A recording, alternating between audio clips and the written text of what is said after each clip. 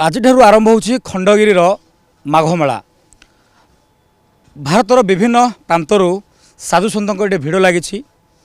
आम सहित अच्छा जे कि प्रसिद्ध जहाँकि गत वर्ष धरी किसी वर्ष धरी प्रसिद्ध अच्छा जहाँ कहूँ डाक्तर बाबा सहित आम सीधा साल कथा हेबा खंडगिरी कुंभमेला बाबद में पचारिबा से प्रति वर्ष ये आसुँच महात्मा कौन रही आउटर जो कहीपर जो मेलार जो भिड़ जमुची पाखु लोक आसुँच आशीष नौ से बाबद डिटेल्स पचारिबा।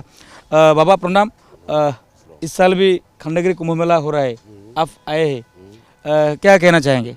हम बस इतना ही कहना चाहेंगे कि हम जो है यहाँ 9 दिन के लिए तपस्या यज्ञ होम करने आते हैं और उससे क्या है कि जनता का कल्याण होता है। और ये होम होता है जो इससे कोई भी किसी भी बीमारी का बैक्टीरिया यहाँ वो विदा मांग जाता है, यहाँ से निकल जाता है। तो आप अभी देखिए 2-3 साल हो गया प्रसिद्ध है, डॉक्टर बाबा के नाम पे आपको जान पहचान है। क्या ऐसा है आपके पास आते हैं लोग? देखो हमारे पास में आयुर्वेदिक औषधि वगैरह हैं कुछ ऐसी हिमालय की कि जिनका हम उनको देते हैं तो मरीज ठीक हो जाता है, समझ रहे। और क्या है कि हमारे गुरुजी भी आयुर्वेदिक का काम करते थे। हम हिमालय पीठी राजगुरु गोदावरी महाराज जी के नाती पोता चेला हैं, समझ रहे। तो क्या है कि हमने जो है जंगलों में तपस्या की है, इससे हमको कई जड़ी बूटी औषधियों का ज्ञान है जो पहले हमने अपने ऊपर प्रयोग किया। फिर इसके बाद में जनता जनार्दन को जैसे डायबिटीज़ है, कैंसर है, जो कोई बीमारी ठीक नहीं कर सकता, ऐसी बीमारियों को जो है हम ठीक करने में सक्षम हुए हैं। किस टाइप ऑफ बीमारी सक्षम है चिकित्सा करने के लिए? औषधि बना करके उनको जो है बता देते हैं कि ये औषधि इस पेड़ की औषधि तोड़ के इसका पत्ता का रस निकाल के आपको इस तरह से पीना है तो बस वो मरीज ठीक हो जाता है। हम भी देख रहे थे कि आपके पास पूरा भीड़ लग रहा है, छोटा से लेकर पूरा बड़ा तक। हाँ, आपके पास से जो चिकित्सा करने के लिए जो जादू है? नहीं, जादू नहीं है कोई। जादू मतलब जो चिकित्सा करने के लिए जो दवाई देते हैं वो सब ठीक है? हाँ हाँ, दवा सब ठीक है। जैसे तुलसी अर्क है, इलायची अर्क है, जितने अर्क वगैरह हैं हम खुद बनाते हैं। हाँ, अभी जो मेला देख रहे हैं पूरा विभिन्न प्रांत में से साधु संत लोग आए हैं, तो ये जो धुनी है, आज का प्रोग्राम क्या है? आज का प्रोग्राम कलश यात्रा के बाद हम लोगों का धुना प्रज्वलित होगा और हम लोगों का हवन स्टार्ट होगा और 9 दिन तक जो है हवन हमारा बिल्कुल बराबर जारी रहेगा। हाँ, और उड़ीसा के बारे में क्या कहना चाहेंगे आप? उड़ीसा के बारे में यही कहेंगे कि हमको तो 6-7 साल यहीं परमानेंट होगा रहते रहते हैं, लेकिन हम यहाँ जो करते हैं बस परोपकार का काम करते हैं। और क्योंकि खाने के लिए रोटी मिलती है, पीने के लिए चाय मिलती है, रहने के लिए बंगला गाड़ी है, किसी प्रकार की कोई प्रॉब्लम नहीं, तो पैसे की हमें कोई आवश्यकता ही नहीं है। और ना पैसे का हमने आज तक अपनी ज़िंदगी में किसी से कोई डिमांड नहीं रखा है कि हमको रुपया पैसा दो। असल रुपया पैसा तो वो कागज़ है। हम जिससे जो ऑर्डर करते हैं वो चीज़ हमारे पास आती है, चाहे मोबाइल हो, चाहे गाड़ी हो, चाहे खाना पीना हो, चाहे वस्त्र हो, चाहे कपड़ा हो, चाहे रहने कोई सुविधा हो, सब सारी आप ही लोग व्यवस्था करते हैं हमारी। वो आज से हमेशा व्यवस्था करते आ रहे हैं। और एक बात है, आपको डॉक्टर बाबा के बाद में बंदूक बाबा बोलते हैं, क्या है बंदूक जो राज के? अब क्योंकि इधर नहीं, उधर क्या है कि जब वो जो चलते हैं तो अस्त्र शस्त्रों का ज्ञान दिया जाता है सभी महात्माओं को, तो नागा साधु को तो हर चीज़ का ट्रेनिंग दी जाती है। हाँ, वो इसलिए क्योंकि देश ताकि गुलाम ना हो सके। अगर मिलिट्री फौज काम नहीं करेगी तो हमारी नागा साधु की फौज काम करती है, क्योंकि हम लोगों की ट्रेनिंग एक कमांडो, मिलिट्री के कमांडो से खतरनाक होती है। जब नागा साधु बनता है तो उसे सारी ट्रेनिंगें दी जाती हैं ताकि देश गुलाम ना हो सके। आप बोल रहे थे कि आपके पास सब हमारे अखाड़े के अंदर आप बोल रहे थे अखाड़ा है, तोप से लेके बंदूक से लेके हर अस्त्र शस्त्र ब्रह्मास्त्र तक जो है हमारे जूना अखाड़े में, जो अंतर्राष्ट्रीय अखाड़ा है, हमारे अखाड़े में 27 लाख नागा साधु है। कितना है? 27 लाख है। हम उसी अंतर्राष्ट्रीय पंचदश नाम जूना अखाड़े के साधु हैं और वही साधु यहाँ हैं, क्योंकि ये अस्त्र शस्त्र तो तब उठाते हैं जब देश के ऊपर कोई प्रॉब्लम आती है। जैसे उदाहरण के लिए पायलट बाबा कारगिल के युद्ध में उनने युद्ध लड़ा और इतना बम बरसाया पाकिस्तान के ऊपर, अगर उस टाइम पे नहीं होते तो शायद है कि देश गुलाम भी हो जाता। कुछ समय पहले बोल रहे थे कि आपके पास सब बड़ा बड़ा हस्ती लोग आ रहे थे। हाँ, हस्ती लोग आते हैं हमारे पास में। हमारे लोग सभी लोग, जो हमारा सूरत में यज्ञ हुआ था, अरुणगिरी महाराज जी ने किया था, हम कुछ उसमें हम चंदन के, मोदी, अमित शाह, हाँ, तो ये सभी लोग आते हैं।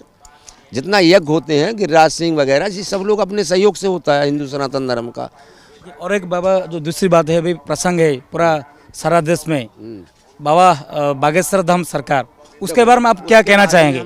किसी के ना तो बुराई करेंगे ना अच्छा ही करेंगे, क्योंकि ये मीडिया पे हर चीज़ हाईलाइट होती है, हम कुछ भी नहीं कह सकते उनके बारे में। हाँ, ना हम कुछ बता सकते हैं। लेकिन वो बागेश्वर सरकार जी ने सब कुछ पूरा अलौकिक अच्छे ऐसा बात कर रहे थे, पर्ची लेके सबको कुछ पढ़ देते हैं। उसके बारे में कुछ नहीं बता सकते, हम कोई ज्ञान नहीं है।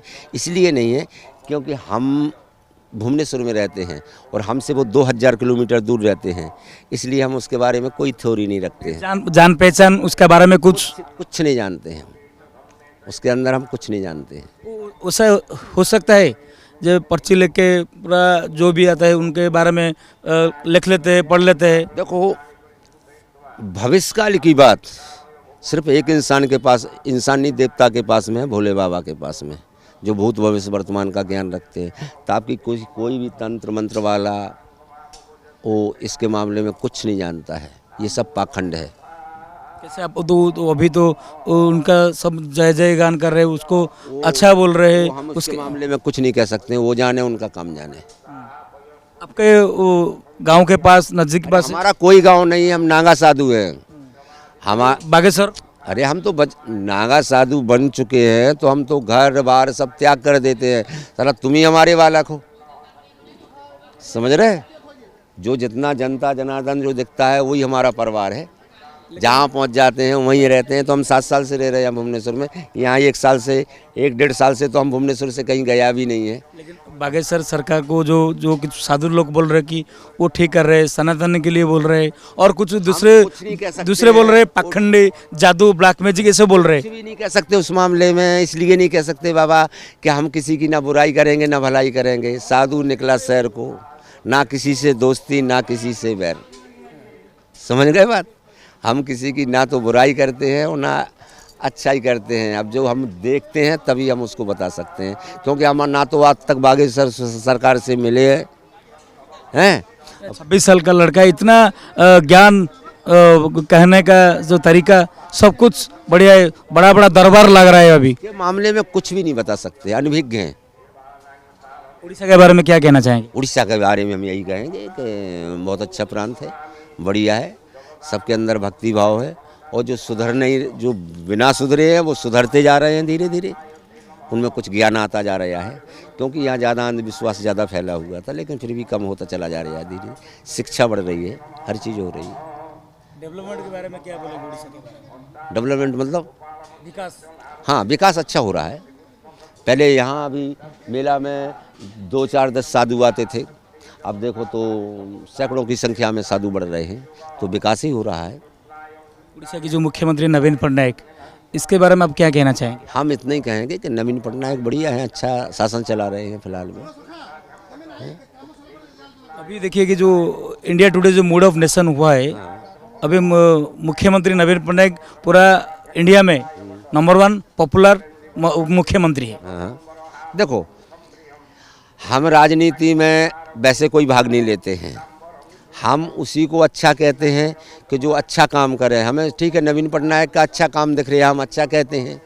हम ज़्यादा न्यूज फूज तो देखते नहीं हैं, क्योंकि हम अपनी तपस्या में व्यस्त रहते हैं, अपने भजन पूजन में, इसलिए हम राजनीति में कोई भाग नहीं लेते हैं, किसी से कोई लेना देना नहीं है। हमारे पास जो आता है तो बस वही संस्कार की बातें बताते हैं कि माता पिता की सेवा करो, अपने से बड़ों का आदर करो, हैं? यही हमारा कहना है कि अगर आप माता पिता की सेवा करोगे तो ईश्वर आपको स्वयं प्राप्त हो जाएंगे, स्वयं प्राप्त हो जाएंगे ईश्वर। आपको जो है इधर उधर किसी की भटकने की आवश्यकता नहीं है, हैं? अगर माता पिता की सेवा नहीं करो तो चाहे जितना भजन पूजन कुछ भी कर लो, आपको कुछ प्राप्त होने वाला नहीं है। माँ की पूजा से कोई पूजनीय स्थान नहीं है, और पिता की आज्ञा से बढ़ के कोई वेद मंत्र नहीं है जो सीखा जा सके, और माँ की पूजनीय स्थान से कोई पूजा ऐसी नहीं है जो पूजा जा सके, समझ रहे? आप किसी ईश्वर की पूजा करो या ना करो, पर अगर आपने माता पिता की सेवा की है तो आपको सब कुछ मिल जाएगा। और अगर आपने माता पिता की सेवा नहीं की तो आपको कुछ नहीं मिलेगा। जो आप माता पिता की दुर्दशा करोगे उससे ज़्यादा आपकी होगी।